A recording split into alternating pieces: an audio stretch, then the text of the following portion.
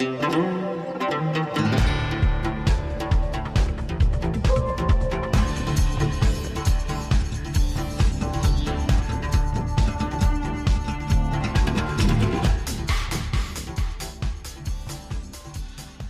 would like to thank Susan Williams, Dr. Wankato, Sasha Link, and our graduate students, Naji Mikalau, for their help with the promotion and also with the marketing.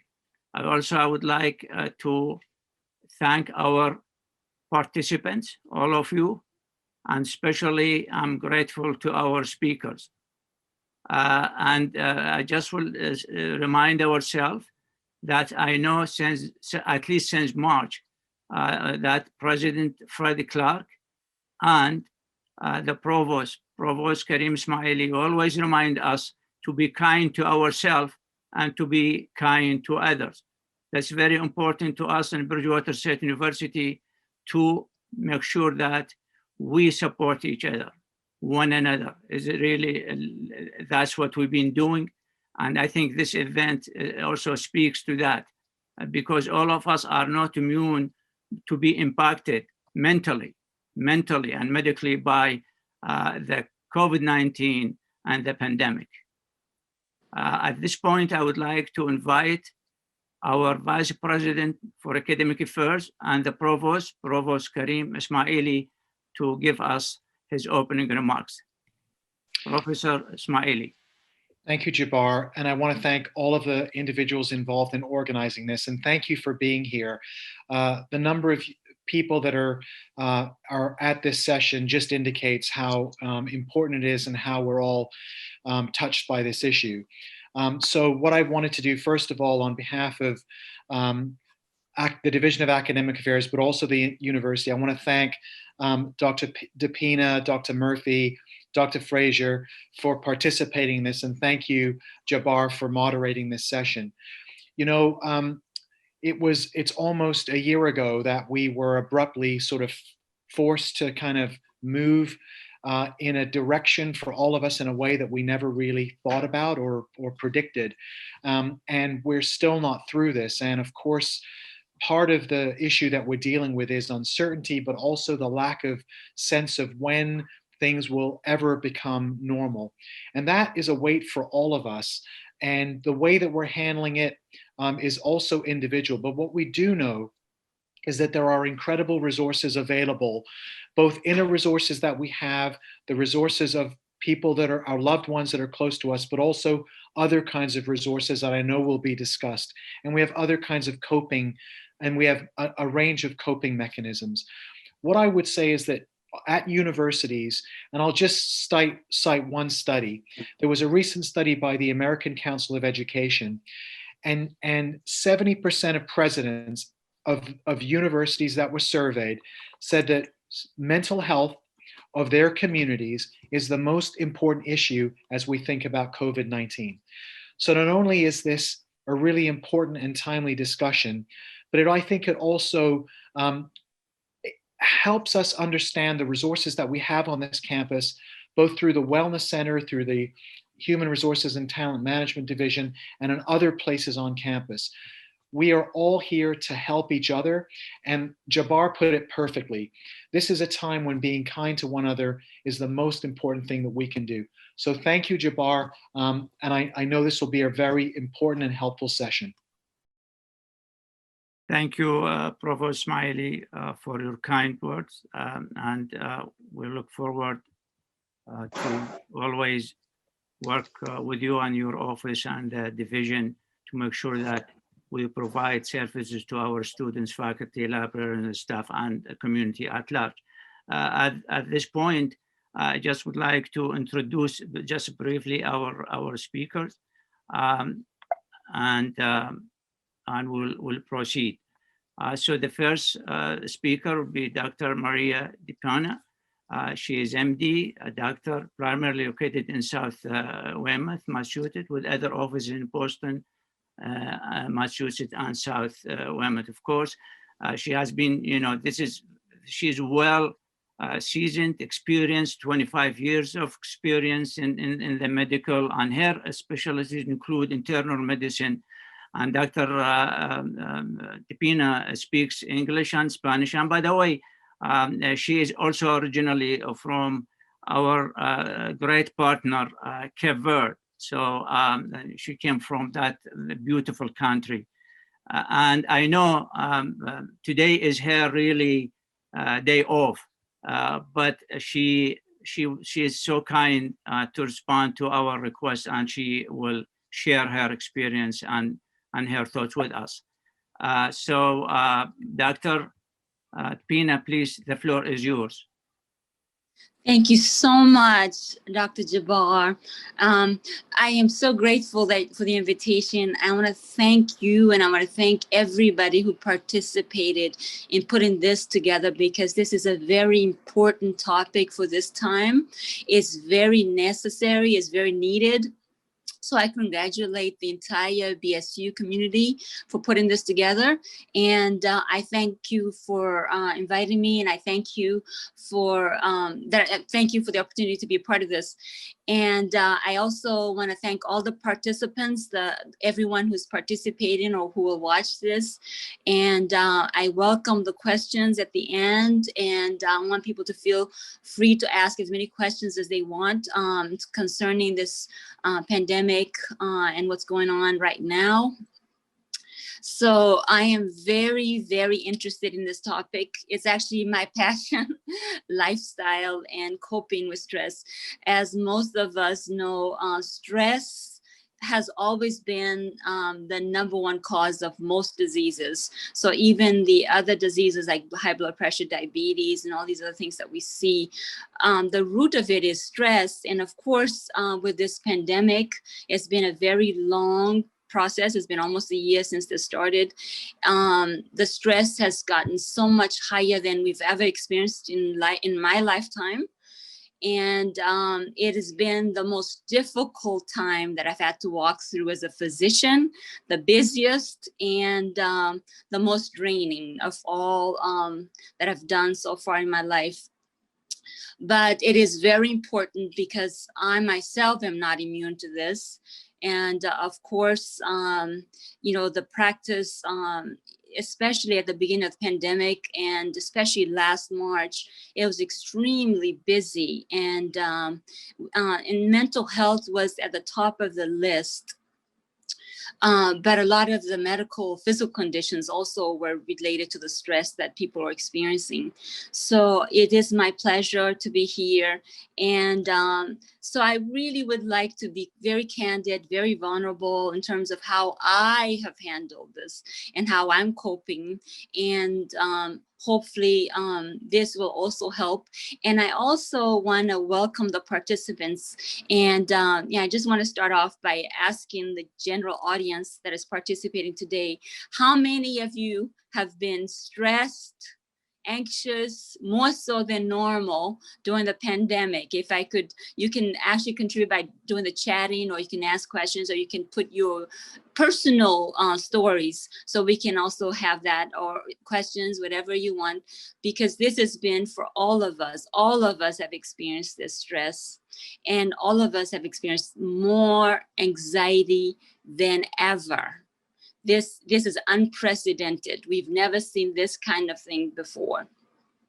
So I want to say it is very frightening times.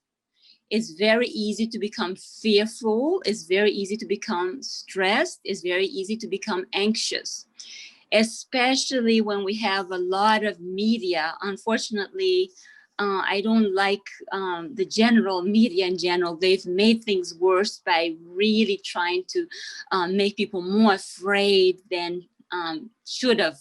I would appreciate it if people could actually just get the information from the trusted sources instead of just relying on the television news, because unfortunately the news tends to make things worse. And it is my hope that people will learn what's going on, but not be obsessed with what's going on, like from day to day, not be over-ended with the news. Unfortunately, the news tends to bring us things over and over again and make it feel worse. It makes you feel worse and more anxious at the end of the news.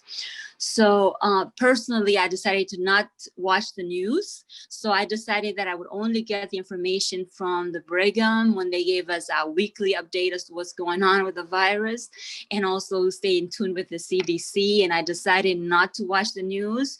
And that was a very good, my anxiety level, my stress level came down significantly by just not watching the news and not paying attention to what everybody's saying, just watching to hear what the hospital was saying, what the CDC was saying, and how we were doing so far. So for myself, of course, my routine was disrupted like everybody else's routine. Normally, I'm a person that likes to go to the gym. I like to exercise. And for me, that is my biggest stress relief. And I definitely encourage this as a coping mechanism.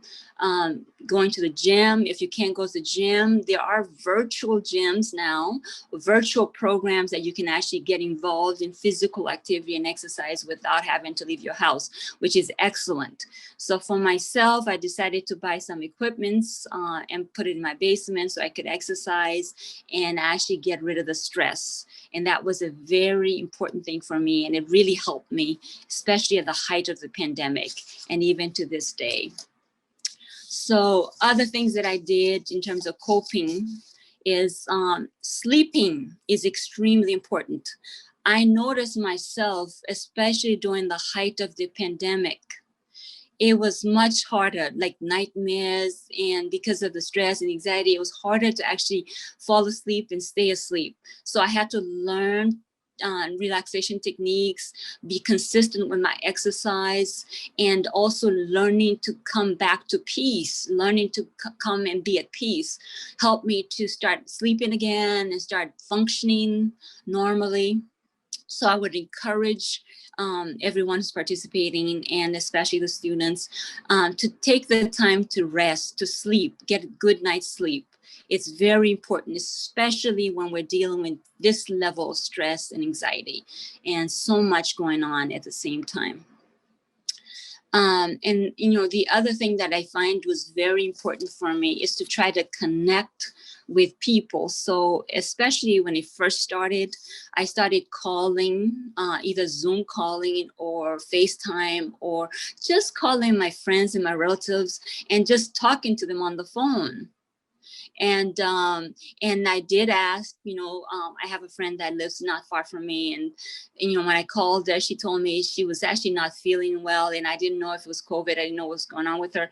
But I decided to ask her if there was something I could do for her, which is always a good thing to do in terms of coping, do something for somebody else. So she told me she needed some groceries. So I went out, bought the groceries. I used my mask and I used the proper protocols, and went over and brought the groceries, and she was extremely thankful. And it made me feel better because I was able to help someone. And also she was feeling very lonely because she lived by herself and she's an elderly person. So it was nice to even to talk to her, and even going by made her feel so much better, realizing that she wasn't totally alone, that somebody cared, and I was willing to go and buy the groceries and bring it to her. So doing something for others is always good whenever we're in a situation like the pandemic, and there were a lot of people sick. And not only taking care of ourselves, but also going beyond and helping to take care of our friends and our family members. So that was a very important thing, and I am very grateful that I was able to participate in that. And then the other thing that I did is to try, for example, not to stay in the house, especially when we had this lockdown, not to stay in the house all the time, to get out and get some fresh air. It's very important to get outside and get some fresh air. In the summertime, I was able to do some gardening, which was excellent. It really helped to take some of the stress away. It helped me to do something productive. So something like that is a good coping mechanism. It helps to relieve stress and anxiety.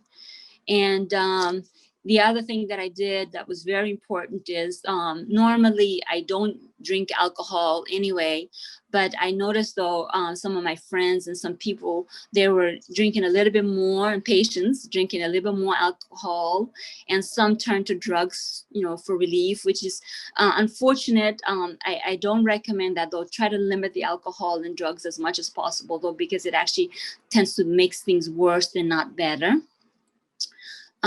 So for the most part, for me, what I really took away from this pandemic is I had to really learn to stay at peace no matter what's going on around me.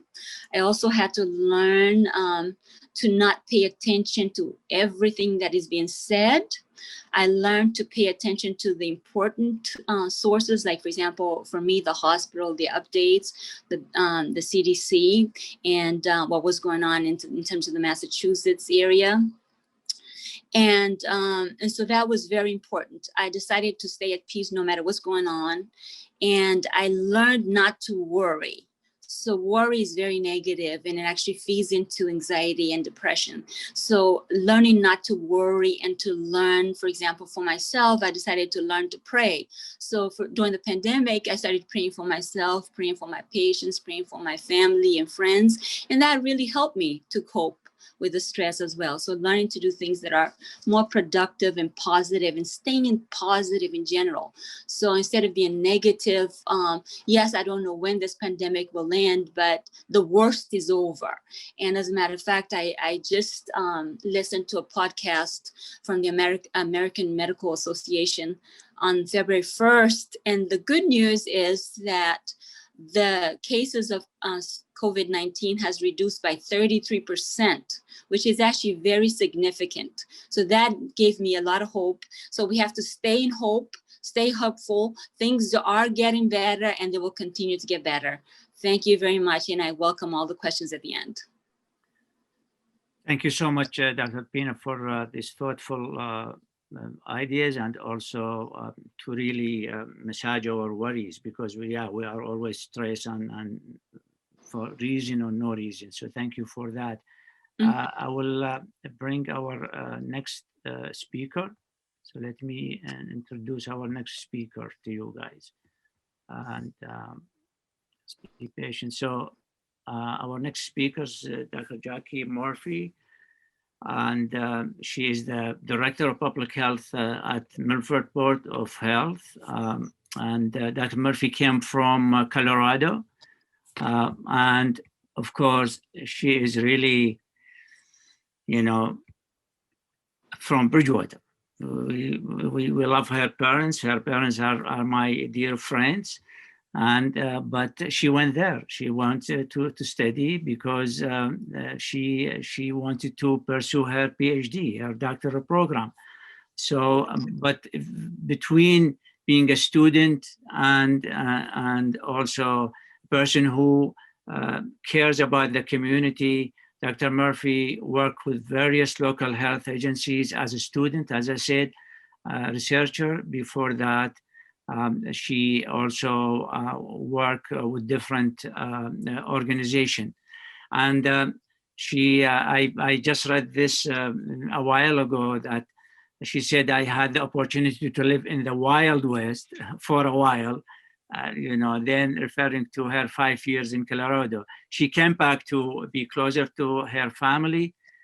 She said, Colorado is beautiful, but your community is paramount.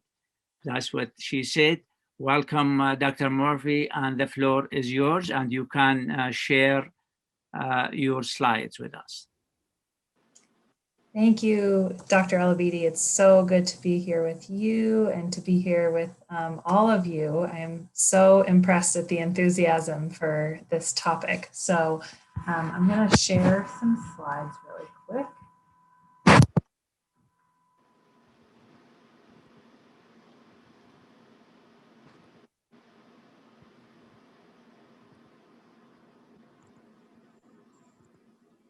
Okay. So as Dr. Alabidi said, I am the Director of Public Health for the town of Milford, Massachusetts, which is not that far from all of you, just a little bit north on 495. So today I am going to be talking about a public health approach to coping with stress and anxiety, and talking a little bit about some work that we have done here to help at the community level. So I'll get right into that. But first, I'm going to shrink this little thing. So first, I'd like to thank my team because they are the best, and none of this work would be even remotely possible without them. So pictured here are our team volunteering at the first responder clinic and getting their first doses of the COVID-19 vaccine a few weeks ago. And then I also want to talk about, so a lot of this work was done by 2 interns that we had this past summer who were pursuing their master's in public health. And then also we had a lot of partners, just like Bridgewater. Milford is a really active and engaged community. So we had a lot of partners in getting the word out about the work that we were doing around mental health in the summer of last year and in the fall of last year. And I forgot to say this, but just like Dr. DePina, I would love questions at the end if possible, just to make sure that I allow enough time for Dr. Fraser to talk also. So first, so we heard a lot about kind of the individual approaches to kind of coping with stress and anxiety. And I took this little picture on the right from the Iowa Public Health Association. So this is kind of a picture that helps us think about and understand public health a little bit better. So this is an analogy sometimes that you see people falling off the cliff and into the river, or falling off the cliff. And if you look really close at your screen, there are some diseases that people predominantly had at the beginning of the 20th century. So they have like smallpox and tuberculosis, which are less common now, particularly in the United States. But basically, the idea here is that any health issue is the equivalent of falling off the cliff. And you can see all the ambulances at the bottom, and those are the healthcare providers helping people who have fallen off the cliff and for whatever health issue that they're having. And public health is kind of this whole field of professionals and researchers who are trying to be at the top of the cliff. So they're doing things like building fences, putting up signs, maybe having people there who warn others about the edge of the cliff. So the idea is that the focus is on prevention. So a lot of the work that we've done here at the Board of Health is kind of this upstream assessment to help inform what we can do at our local government office to help inform our actions, not just doing things for the sake of doing things, but understanding what our community needs. So assessing, what they're feeling and what mental health issues they're having, so that we can maintain and improve the mental health of the whole community through our programs and our policies and things like that. So that's just kind of a primer to the whole idea of public health. And then this is just a quick outline. Okay, so why should we pay attention to mental health? Give a little context about the community, and then go through a public health framework so we can all kind of think about all the factors that influence public health. And then I'll quickly walk through our survey, and then what actions our results informed, and thinking about the future and our next steps. So why pay attention to mental health? From history and obviously this current moment, we know that a lot of folks, and internationally, we see that when people have more time at home and it's forced, it's not by choice, we see increased calls to law enforcement for domestic disputes. And we saw that locally as well, especially in March and April of 2020. And then we also know of and have heard of this term deaths of despair in the United States. And we know that that's kind of tied to this complex mix of factors, and a lot of them having to do with mental health, things like social isolation, unemployment, or depressed economic opportunity. Obviously, right now, the support networks for folks are very different than they are normally. The loss of routines, like Dr. DePina mentioned, and particularly routines that kind of rely on each other, like for a family structure, people going to work and people going to school, and those kind of depending on each other to be able to take place. So we were seeing that definitely at the beginning of the pandemic, and I mean, even still to some extent. So just for some background about the community, so Milford is that little red pin on the map on the left, and I'm actually sitting not in that mailbox, but in the office that's on the ground floor here in Town Hall. So in much like Bridgewater, the population of Milford hovers around 30,000. And this is a multicultural community. There are particularly a lot of recent immigrants from Ecuador and Brazil, as well as multi-generational families who have all lived in Milford. There's strong Italian and Irish cultures here. It's really a really interesting and like culturally rich place to work. And it's also a fairly young community. There are over 4,300 students in the public schools, and the average age is 38. So, fairly standard suburb, with the exception of the very diverse cultural setting. And this is just a quick background on the COVID-19 in Milford. So we've consistently been kind of in the top quarter of towns and cities in Massachusetts in terms of our number of cases and our percent positive rate. And we noticed, especially kind of in our calls and emails, that there was a lot of anxiety and stress from our residents, especially when our numbers were increasing. So it made us aware in a very real sense that people were struggling, and we wanted to think about how we could help. So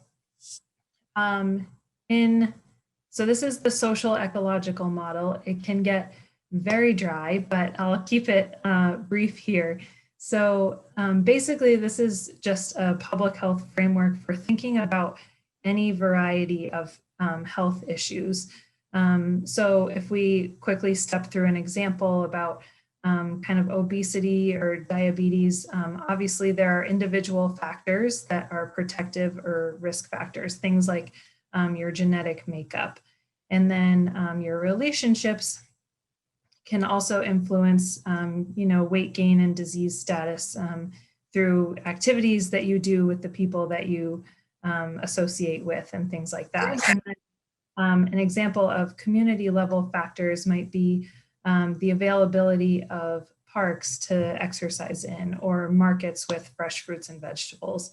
And then at the societal level, we would think about things like policies around, nutritious school lunch.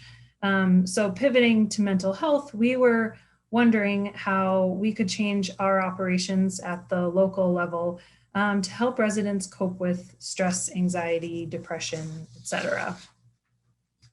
So that's our little red box there to think about, what can we do in this light blue circle?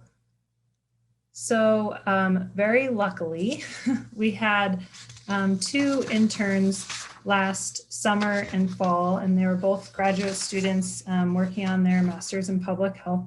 And they really liked the idea of thinking about how to glean information about people's mental health. So they put together the survey that I'll walk through with you all using the JotForm platform that a lot of you might be familiar with. And it launched in late July, and we closed it out at the end of September. So the whole idea was that this would generate data that was actionable for us so that we could guide our efforts to impact prevention initiatives.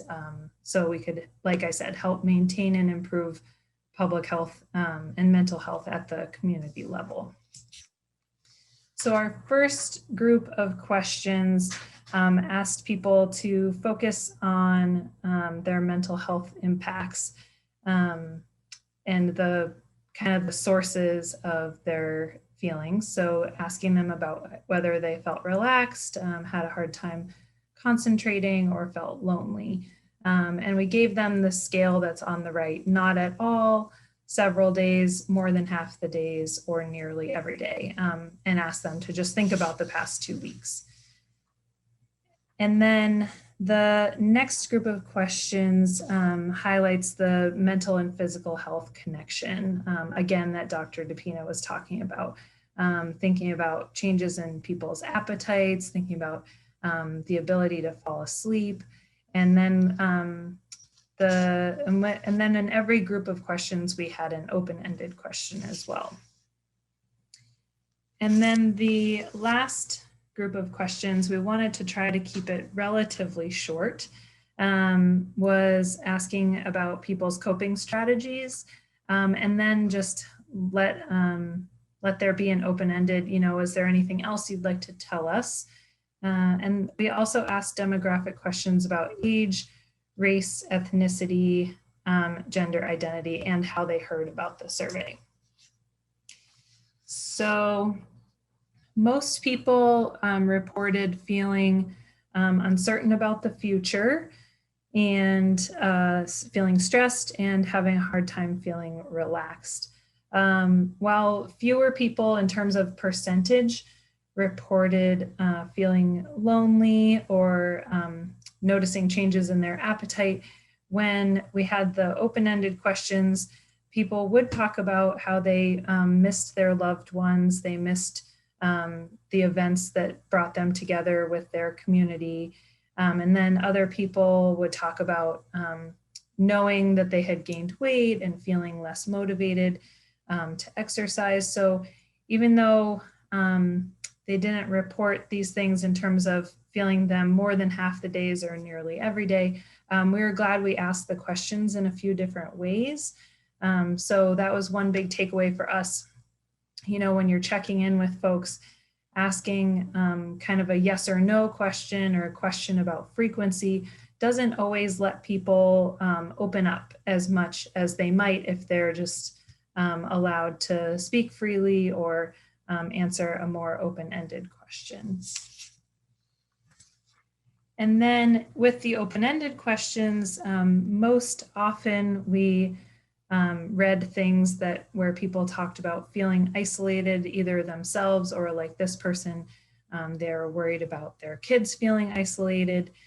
And then also the uncertainty of our current situation, like a few other people have mentioned today, especially the uncertainty of, how long this is going to last. And, a lot of people did report worsening mental health. Here's this person talking about the therapist being happy and then moving to a place of concern. So we're at the health department, obviously, not necessarily mental health experts and not necessarily, social workers and counselors, but we can take in this information and think about what we can do to help the community. So, and then again, another of the most frequently reported or discussed themes was the kind of this feeling of constant or chronic exhaustion and lack of motivation to exercise. And then, so most of our respondents, as you can see, were between 20 years old and 64 years old. The overwhelming majority were female. And then again, the majority were white and not Hispanic or Latino. So we had put the instrument out in 3 languages, English, Portuguese, and Spanish, and got about 195 English responses, 14 Portuguese responses, and six Spanish responses. And across all of those very different population sizes, about 3/4 of people heard about our survey through emails that came out from the schools. So that's another lesson learned for us, is the school is kind of the overwhelming majority of folks were reading those emails and then bothering to click on the link, which was a little bit different from social media and traditional media. So, so what other kind of lessons did we learn, and what other informed actions did we take? So we heard a lot of uncertainty about navigating how to get a test for COVID-19. And so a lot of the test sites were far away, and there were some language barriers. So we brought a test site to Milford and had it in the high school. So that was one of our most well-attended events. We had over 250 people come on a Friday night. Not the way that any of us ever would have imagined spending our Friday night, but we felt really like it was tangibly helpful to the community. And it was hosted the week before Christmas, so we're able to help people identify, maybe they shouldn't have their social gatherings if they're going to be putting others at risk. So that was one way that we helped to kind of decrease uncertainty just with one event. And then we also have started a wellness calendar. I'm sure BSU has one of these as well. It is, as it turns out, quite challenging to think about unique low risk activities that are motivational. So we tried to kind of glean ideas from the CDC that were categorized as low risk, either happen virtually or outdoors. And then we also wanted to point people to resources that exist in the community, maybe help them have some added motivation to reach out to friends or family, and give simple short activities like listing things that people are grateful for. I only copied a little bit of the month here, but another thing was paying someone a compliment. So kind of fostering social connection. Some of the activities focus on physical activity. Definitely kind of hearkening back to the themes that people talked about, and trying to infuse activities that are informed by, what people are saying they're missing. So another way that all of this has informed our activities is not just our communication content, but also our strategies. So we have significantly increased how frequently we are communicating, and the number of platforms and languages we're using, hoping to share information with people in a variety of ways to help decrease any anxiety or stress that's related to uncertainty about COVID-19 in the community, or about access to resources such as anything from rental assistance and food assistance like grab and go meals, or meals that are being served to folks who are having some economic struggles, all the way over to where vaccines will be available and how people can navigate that process. So We're trying to just get messages out through all of these different channels. And we've also started consistently putting all of our communications out in all 3 languages. I think that might have been a barrier to our having so few Spanish and Portuguese respondents, because previously we were not putting things out in all 3 languages. So I'm sure they were not anticipating that they would be able to hear from us. We also, in November, were able to hire someone who speaks Spanish and Portuguese as well. And it, like I said, since the summer, we've been kind of building these partnerships across all these different sectors, so that we can elicit more feedback and elevate the importance of reaching new groups.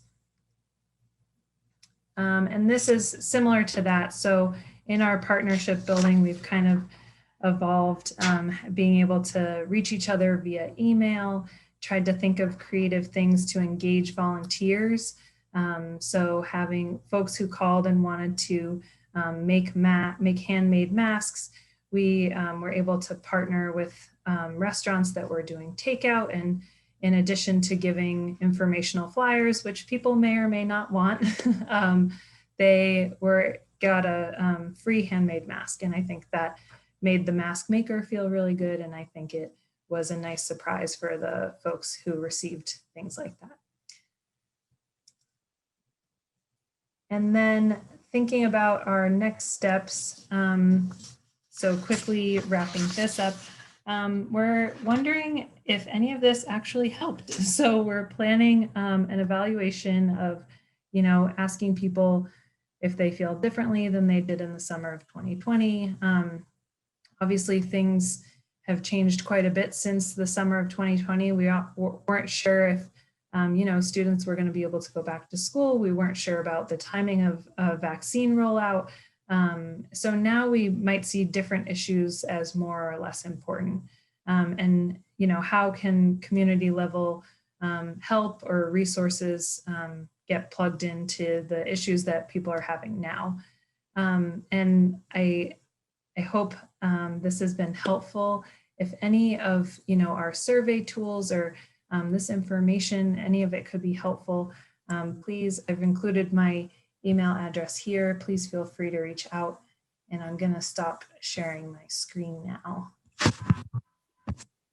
Thank you, Dr. Murphy, for this insightful presentation. And yes, I invite you, I have the courage to invite you and partner with us at Bridgewater State University, because you are the daughter of Bridgewater. And so this is your campus, and would love to, get more information from you to work with our colleagues. And I know they are working hard to serve all of us, because as I said in probably the missing part of my and heard the comment that we all are impacted, and we will be more impacted if we don't really work collectively with one another and make sure that we be kind. This is really the time when you ask yourself, am I kind to myself? Because if you are kind to yourself, I'm sure you're going to be kind to your neighbors, to your students, to your co-workers, to your colleagues. This is a message that we learned almost a year now since we were hit by this pandemic. So thank you so much for your thoughtfulness, Dr. Murphy. And I hope your parents are very happy now. They hear this because I sent them the invitation last night, and because it's important. And this point, I would like to introduce our own speaker, Dr. Chris Fraser. Of course, he's the Executive Director of Wellness Center. As BSU Center is well known for all of us and our students. I know that even yesterday when I had a conversation with 3 of my students. Chris joined BSU in summer of 2017 after spending many years in UMass system at both Lowell and Dartmouth. You can read the rest of it, but he enjoys a wide variety of clinical interests, and in addition to his work in the Wellness Center, currently maintains a small private practice dealing primarily with couples and relationship issues. But really, to me, the most important things, every time I send an email to Chris, he will answer just so promptly, and also always he is in action. So thank you so much. And Bridgewater State University is really lucky to have you, my friend. So I'm going to stop sharing and invite you to share your experience with us, and you can also share your slides. Thanks very much, Jabbar. I appreciate it. Hello, everyone. Thank you to my other colleagues on the call, Dr. DePina, Dr. Murphy. Thank you for your presentations. I'm going to try to share my screen. And even though I live my life every day on Zoom, you never know when something's going to go wrong. Let's see. Hopefully this will work, though. And so hopefully you're seeing, there we go. Hey, look at that. All right. So I'm off to a good start. Fantastic. So for some of you, you've probably heard this more times than you've ever wanted. For some of my BSU colleagues, since we do spend a lot of our time talking about COVID and the fallout on campus and what this has meant for us. But for those of you that are perhaps new to our community, I do want to kind of go through some things. So I always start this off. Last year was rough. Would not recommend last year. Let's see if we can do better this year in a variety of ways. And for us last year, just to give folks outside of the BSU campus and even some of our people here on the call a little perspective. Our COVID response on campus, we did quite a bit of testing. As you can see, as of last week, we did about 21,600 tests on campus, and that's mostly at our asymptomatic testing site, which is in the Dunn Conference Center for our BSU community. If you haven't been there, we finished out the year and began this year kind of with a cumulative 1.1% positive rate, which was really pretty good, all things considered. Now, that said, every number is of course very significant to us because it represents a lot of additional work in terms of contact tracing, informing positives, reaching out and making sure that our campus community and the various degrees to which we are a congregate setting is maintained while we're here on campus, so that we're really reaching out to people as quickly as possible. So it was kind of speed was kind of the name of the game, honestly, in this process. It was important for us to be very, very responsive to students and to our testing. And we're very fortunate to have a good partnership with the Broad Institute in Cambridge, who does our testing. We collect the tests on campus and then we courier it to Cambridge every night, and every night that we do testing. And they typically have returned our tests, well within their 24-hour promised timeline, which is incredible. And really has made a dramatic impact on how quickly we're able to adjust and stop the spread, because we're able to inform people before they've had vast amounts of close contacts. So that's really been helpful to us. We continue to track these numbers. You can find these on our BSU COVID-19 landing page. There's a dashboard that we update typically middle to the end of the day every Thursday, because our two primary testing days are Tuesday and Wednesday. On a typical testing day, on a Tuesday and a Wednesday, we typically do about 700 tests on a day, with a high of about 1,300 in a single day right before Thanksgiving. So that was our high. It's a very efficient test site. So I think any of our students that have been there many, many times probably can attest to this. It really only takes about 2 minutes to go through our test site, from walking in the door to walking back out the other side, which I think has really been helpful in having our students continue to participate as widely as they do. It's a requirement for our residential students to test weekly, but we've also had a great deal of testing done with our commuters, our local residents, local commuters as well. So it's been a good thing. But this is kind of where we've been living our life for the past, since the summer anyway. Since we started testing in August, we've been kind of going nonstop, and it's been important and good work. So let me talk a little bit about some of the impacts of COVID. We've kind of heard a lot of this today, so I won't belabor this point too much, except to say that there's things like routine healthcare checks and preventative care have been drastically reduced. I think, for the first few months, probably many of us didn't even know whether it was advisable to go see your doctor, unless it's absolutely necessary, unless it's urgent or an ER visit. It wasn't clear what was going to happen. Should you cancel your appointment? Is it worth going there? I know there's sometimes a misconception that you're at greater risk by going to a doctor's office or going to the hospital or something like that, and people just wanted to stay as far away from there as they could, or they were trying to do their part by staying away because it was hospitals and the healthcare systems were overwhelmed. So people, I think, were responding in a variety of different ways, but a great many people have put off preventative care and checks. That really goes a long way to early detection of major illnesses. And so I think that's been a big factor that frankly I fear we'll be paying the price for that for a while to come. But that's been a difficult thing. For our students, for students, faculty, staff, our campus community experiencing COVID, people really faced a long convalescence. It's such an unusual illness that everyone, the vast majority of people that we talk to that develop COVID develops different symptoms, and boy, they're so consistent with so many other illnesses that it's really hard to keep track of, what's going on with yourself. So some people have kind of maybe on the one side of the spectrum a heightened anxiety about anything that comes up that goes on. I've got a headache, it must be COVID. On the other hand, and frankly, our bigger challenge is people that come to school or come to work several days, with symptoms because they think it must be something else, must be the flu, must be, just a cold or something like that. And I think, COVID has really infiltrated by masquerading as a variety of other illnesses. It's made it hard for us to detect. So only widespread testing opportunities, which have been hard to come by, as we just heard, really help us identify quickly and help people from stopping the spread. So also early on, we noticed that for a lot of students, in many cases, our students were the only people left working. Their jobs were still public facing. They were working in the restaurants and the pharmacies, and they were working in the various places that still stayed open. They were working in the grocery stores, all the places that stayed open, and it was important for them to continue to go to work, which feels very different now than it did in March or April when it kind of felt like the whole world was attempting to pause. But for many of our students, it didn't. Bills didn't pause.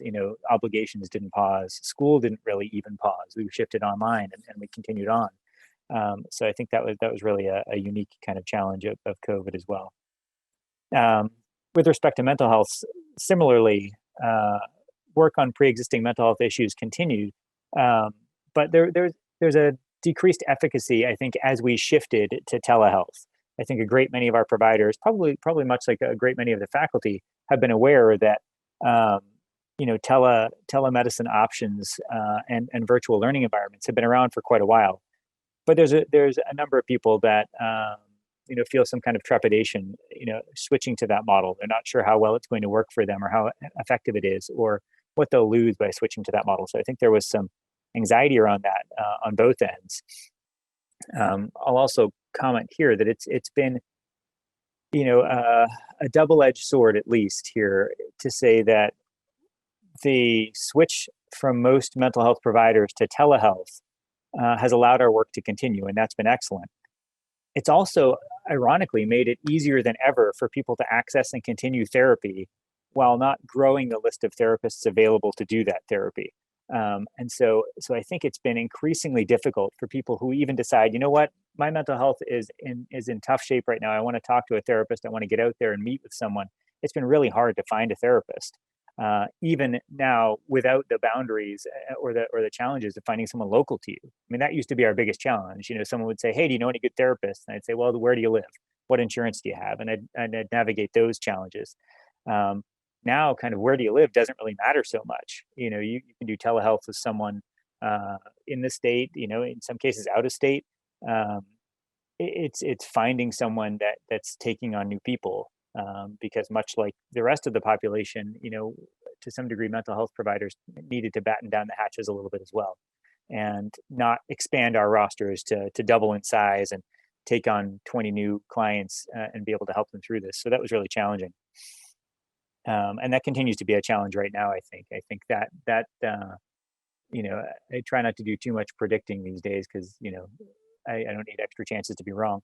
But I will say that one of our continuing struggles, once COVID is at least moving to the rearview mirror, will be the mental health fallout and the rebuilding process that's going to come as we attempt to kind of really put some pieces back and change some pieces to be different than they ever were. I think that's going to be a lot of work as we go forward.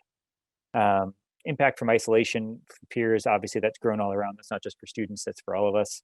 And I think, for many people, we're still trying to make sense of what we've lost, and we don't know what's coming next in the future. We have some hope that we're getting back to something that resembles what life used to look like.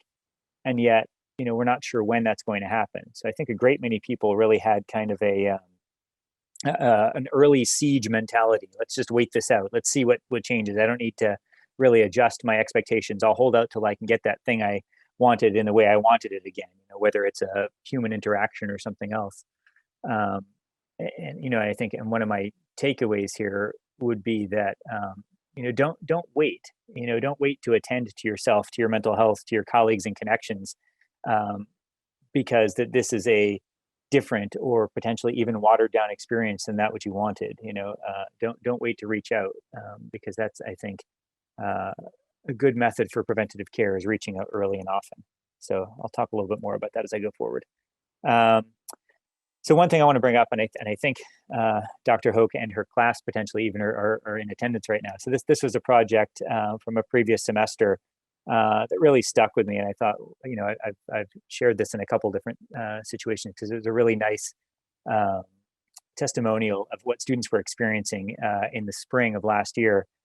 People worrying about what it's going to be like to go outside again. People really, people that felt very comfortable at college and particularly at the university, where this is the safe space for some students that haven't had one before. So this is Bridgewater does an interesting and an amazing job of really being, a new home for a great many students, whether they're housing insecure or coming to this campus because home has been a difficult place and they just need a place to invent themselves through the developmental process that is the college years. And COVID really took that away very quickly, from a great many students, and really hasn't kind of totally put it back together yet. So, people, I think, moved out very quickly in the spring, thinking that this would be, maybe a few weeks of extended spring break. And now here we are in February of the following year, and almost a full year from when we took our first pause after spring break, and we're really not back to any semblance of normal again. So I wanted to share a little bit of data. I won't get too into this, except to say that, we did some the SAAM is Student Affairs and Enrollment Management. That's the division that I'm in within Bridgewater State University. And we did some surveys talking about mental health on campus. We had a decent response rate. And about 70% of the respondents indicated that mental health has been a concern for them during COVID. So no big surprise there. Talking about a variety of issues from, struggling with the formatting of courses to feeling less connected to other students, balancing school, family, work. I think that probably resonates with all of us now. Boundaries have been challenging to come by. And the virtual world really has an interesting way of eroding whatever good boundaries you might have set up for yourself in the past. Sometimes forcibly so, particularly for those folks that work from home and also take care of school-age children from home. It's an impossible balance to handle. And again, not the kind of thing that was just going to go away quickly. Similarly, again, I'm touching high level on the data here. We have a data source called the Center for Collegiate Mental Health. And, this is a much wider survey. This is about, nearly 50,000 students surveyed since March, with some of the data being collected. And, about 65% of the students said, that the area of greatest impact on COVID has been mental health, the motivation, loneliness, academics certainly up there. I mean, all in the, just about 60% range. The bar graph to the left really illustrates that, while the most common area was 0, because 15% of people said that they weren't impacted at all by anything. I'd like to meet those people. I'm interested in how they managed to not be impacted by COVID. But the vast majority of other individuals there, were experiencing 5, 6, 7 areas of disruption of their life on different sorts, and that's similar to what we're seeing on campus, and certainly it's some of what the data bears out. Again, for people seeking services due to COVID, so people that have said, COVID's kind of stressed me to my last degree, I really need to talk to someone now. We found, or the surveys from CCMH found that the impact of these issues was greater on those individuals seeking care for COVID-19. So by the time people are reaching out and saying, COVID's brought me to need to go seek help, which is awesome. We totally support that. Come seek help. That's what we're here for. We were noticing that they were really struggling with these issues to a far greater degree. Mental health, motivation, and focus, and loneliness or isolation being chief amongst them, not surprisingly. So this is a slide I've kind of adapted from a presentation I'd done for a bunch of you already. For my BSU friends already have seen me do my mental health talk. But this is kind of our curve of stress. Stress. I frequently joke that students that have come to Bridgewater have paid us to stress them out, because if you're not stressed, you're not growing and learning. And our challenge is to balance that amount of stress. And I think what we've seen, and this is all before COVID. So without even the additional impact of COVID, what we've seen is that our students in particular, the students we work with here, have come to campus far further along that line, along that curve, in terms of their pre-existing stress levels before they get here. So they hit that critical line of exhaustion and panic and anxiety earlier than we would be hoping for, once we add in the additional stresses of classroom work and kind of social demands and obligations that come with this developmental period in life. So I think we've really found that our students are maybe starting out closer to the critical line now, and adding in school, let alone school and COVID, and figuring out all the various new things that we're asking of people when they come to the college, has really kind of pushed people to a point where it's very hard for them to function normally. Or optimally, at least. Similarly, we've seen some similar trends in faculty and staff, a decreased work-life balance. I kind of already said something about that, but basically, for those of us, I think early on, a great many of us that were doing a lot of COVID response, it wasn't clear when the day ended anymore. It wasn't clear at all. When you can stop checking your texts or emails or Teams chats for my Teams friends. When do you stop needing to respond to that? Because it's a pandemic and it's urgent. And I think it's really made it very hard for us to set boundaries. When does your day begin if it starts from home? When does your day end if you're still at home? All those things were, a great many people weren't really prepared to answer those questions and thought they'd probably have it covered. And again, now several months into this, those answers become really important.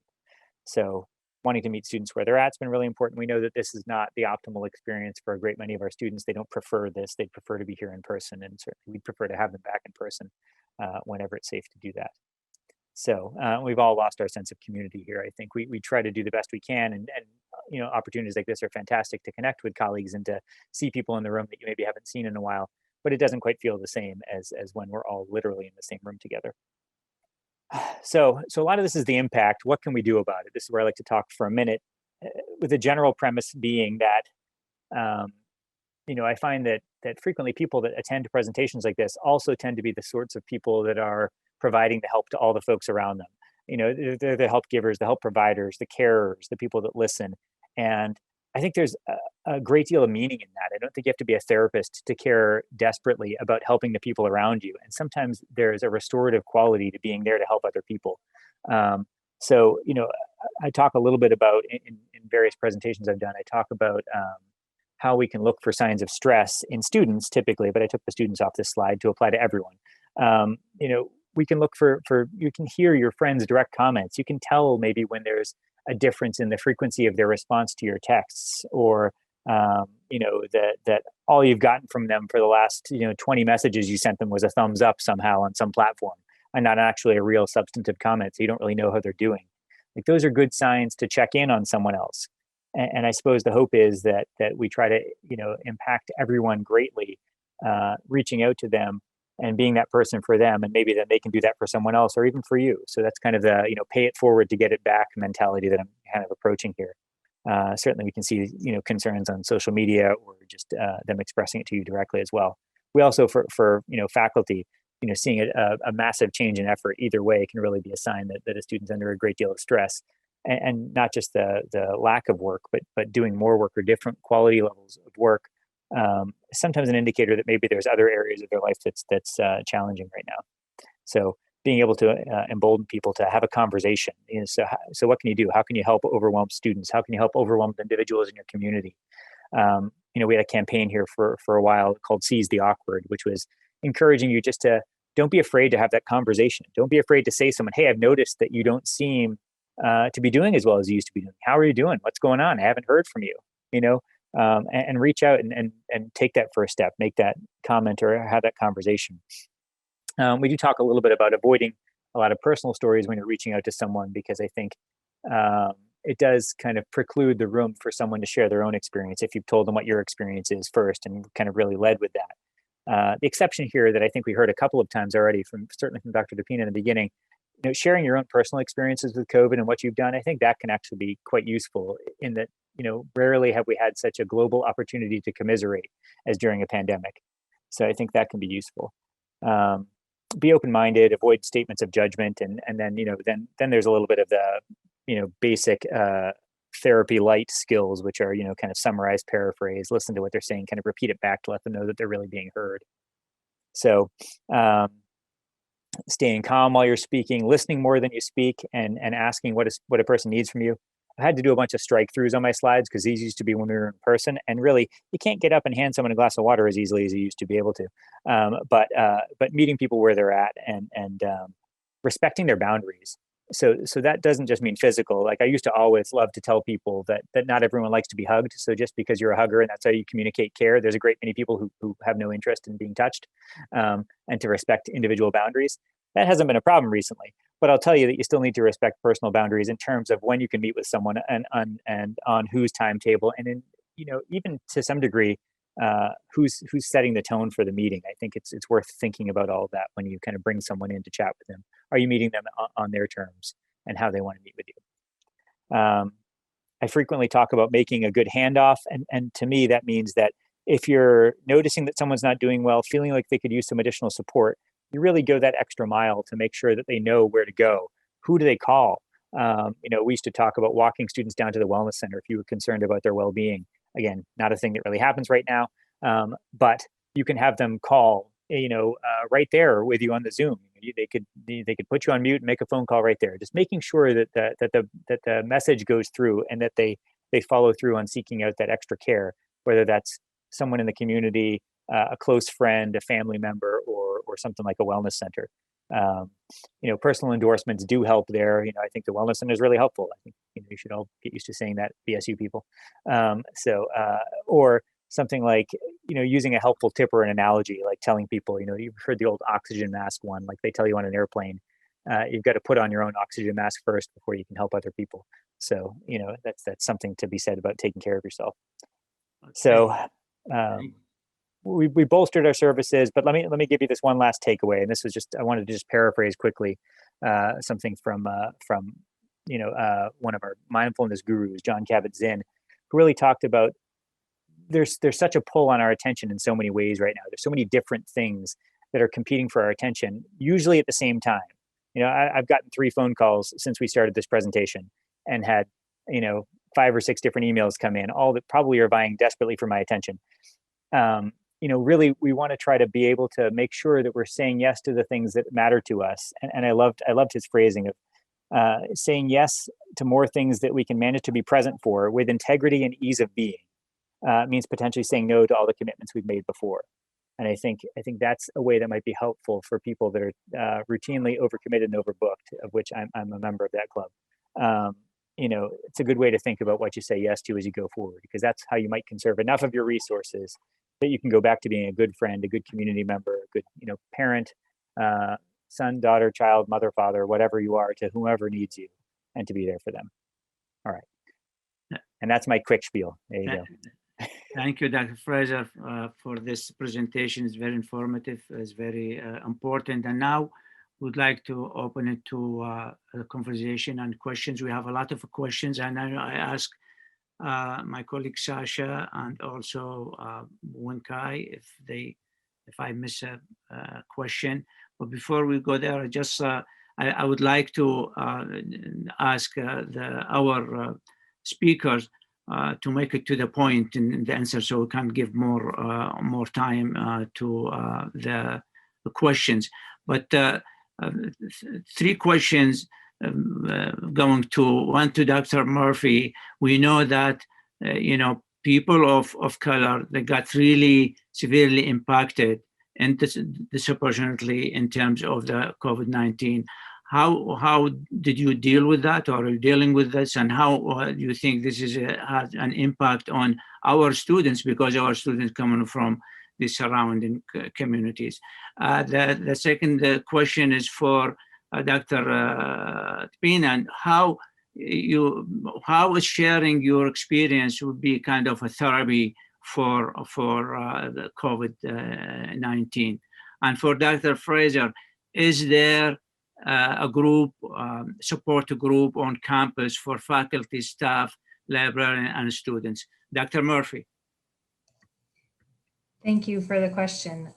So I think that's something that honestly public health researchers and practitioners are constantly asking, is how to reach populations that have been historically underserved and have been disproportionately impacted by COVID-19. So a few things that we've worked on. There is a medium-sized hospital in Milford, the Milford Regional Medical Center. They have been really great partners with us. They have a really big translation staff and who are also health experts. So we have leaned on them. We have leaned on the Family Resource Center, which is part of the public school system, for help getting out important messages. We thought a lot about what spaces people already feel comfortable in, because there has historically been a lot of like public dialogue and rhetoric that is not so favorable about people's immigration status and things like that.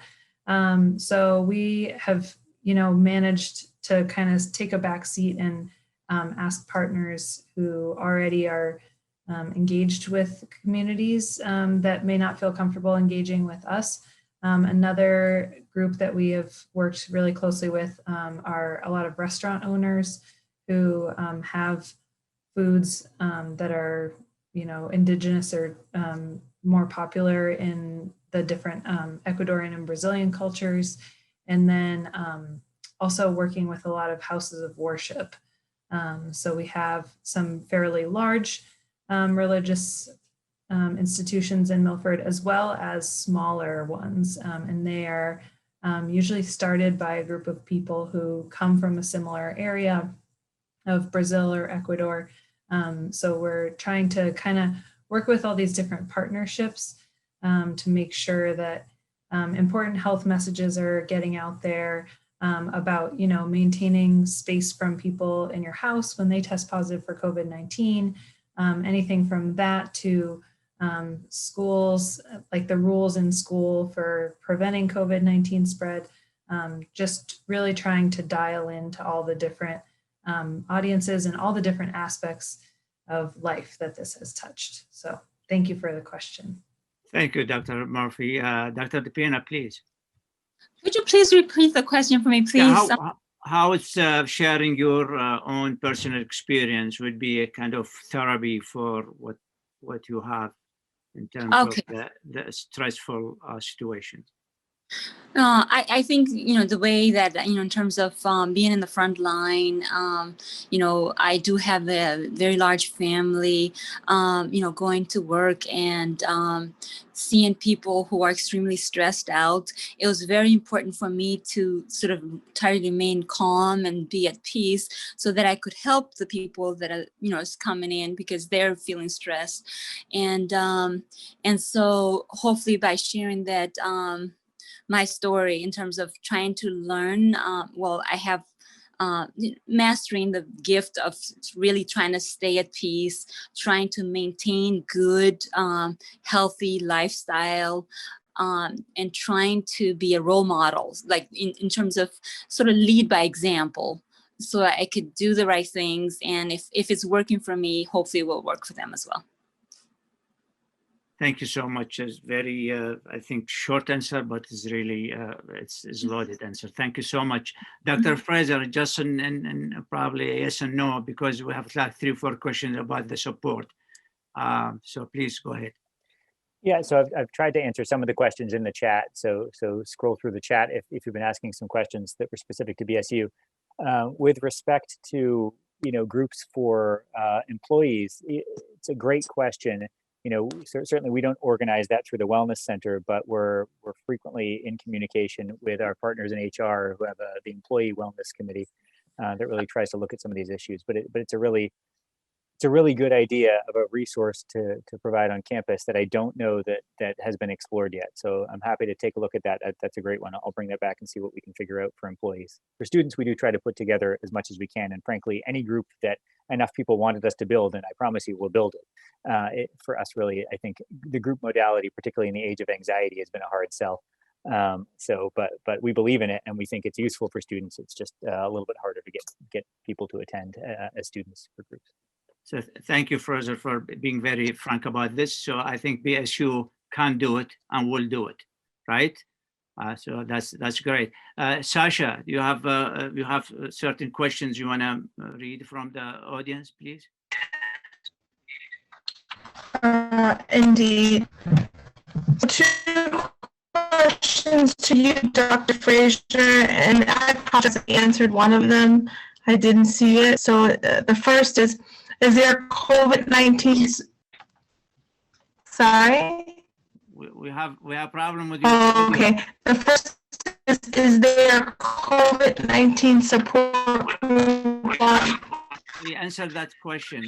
We have a problem with your audio.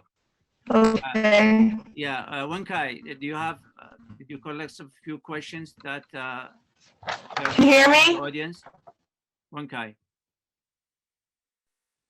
I don't know if Amy McInnes asked a couple of questions. Would you like to unmute yourself and ask your questions? If not, I can. I think Chris already answered some questions in the chat box. And I'll just say to Amy's question about walk-ins, so obviously people aren't walking in. We're not opening the wellness center physically for people to come in, particularly because we're doing so much symptomatic testing within the wellness center. So it's a little bit dicier in here than it is in our asymptomatic test site.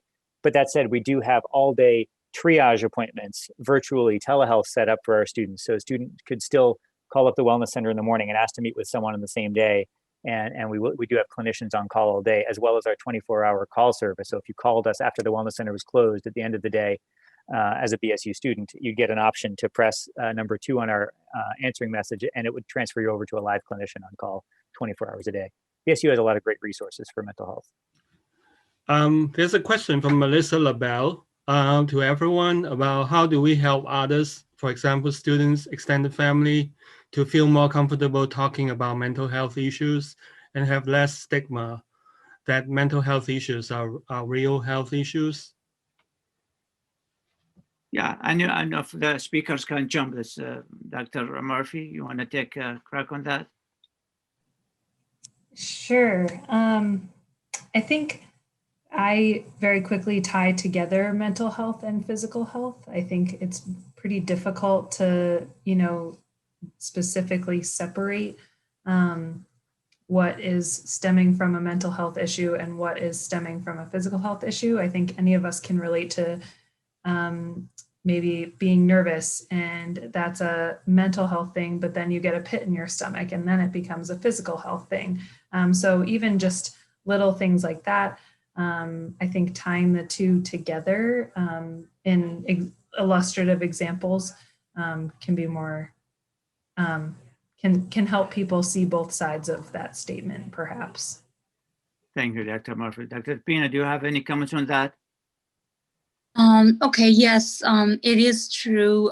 Even for my own patients, it's very hard sometimes to get them to accept the fact that they should see a mental health provider. There is still a stigma and people are a little resistant, but we are working, and I'm always trying to reinforce them that, for example, if your heart is aching, you go to the doctor. If there's a disorder, like in terms of thinking, you have to go seek somebody that can help you as well. But, especially these days with the anxiety and the stress, it's, even though it's harder, I have some patients that I've been working with for a long time, and it's really hard for them to go. They'll come to me, and if I tell them they're depressed or they're anxious, sometimes they don't want to take medication. Sometimes they don't want to follow through with like, for example, I put in a lot of referrals for mental health, but many of them will not go, will simply not go. So we still have a lot of stigma. So we still have to continue to reassure the public that it is okay to seek help. We all need help at one time or another. And actually, stress and anxiety is almost 1 in 4 or more of the population. It's a very common problem. So we have to constantly reinforce there's nothing wrong with you. You're not crazy. We just need to get you to the right people to help you make it through this stress. Thank you so much. Wenkai, do you have last question you have from the audience? It's just that there's a question that maybe some of the doctors can answer the question, the person offline, because it's a personal health issue. Roger asked the question. If you could look at the chat, where we can get back to him. Yeah, I think that's the gist of a lot of questions about how the campus is dealing with the pandemic, and how we're trying to keep students safe. I think Chris talked about that a little bit, and we're all trying our best because most of our classes are online. So we're keeping really all the safety measures with the adequate testing, social distancing. Everyone is has to wear a mask on campus, and we have all the policies to keep all the employees safe. So unlike the town that has sometimes 5%, as high as 2 to 5% positive rates, the students' positive rate of the campus has always under 2% or under 1% at all times. Yeah. So, I want to be mindful of your time because it's been almost 90 minutes now.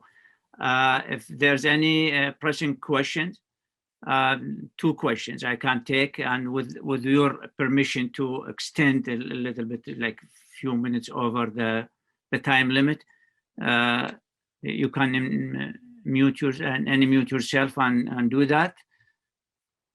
I hear none so far, because we came from 121, 122 to 69, and I understand people, they have other commitment. So at this point, of course, I would like to invite my friend, Angelo Purvis, to do a closing remarks for us. Well, Dr. Jabbar, thank you so much. I would like to thank you, Dr. Wenkai, all our friends from BSU to put this together. As you say, you always say this in a way that I cannot say better. This is an incredible time, and the way that Bridgewater is putting this kind of event is, it's been teaching me a lot about coping with this situation myself. And I want to thank the speakers, Dr. Murphy, interesting slides and notes on that. I took my notes on my side. Dr. Fraser, and of course, someone that I really would like to connect with, Dr. Maria De Brito, for being from the same country. So I would like to make my way to connect with you as soon as possible. And I just wanted to mention that we had with us in this session the president of the University of Cape Verde for a while. She was really interested in this session, and she left a note in the chat message. I think it was really important to kind of give a sense of what is going on in Cape Verde as far as COVID and how the university is dealing with the situation. So thank you very much for your attention and putting this together.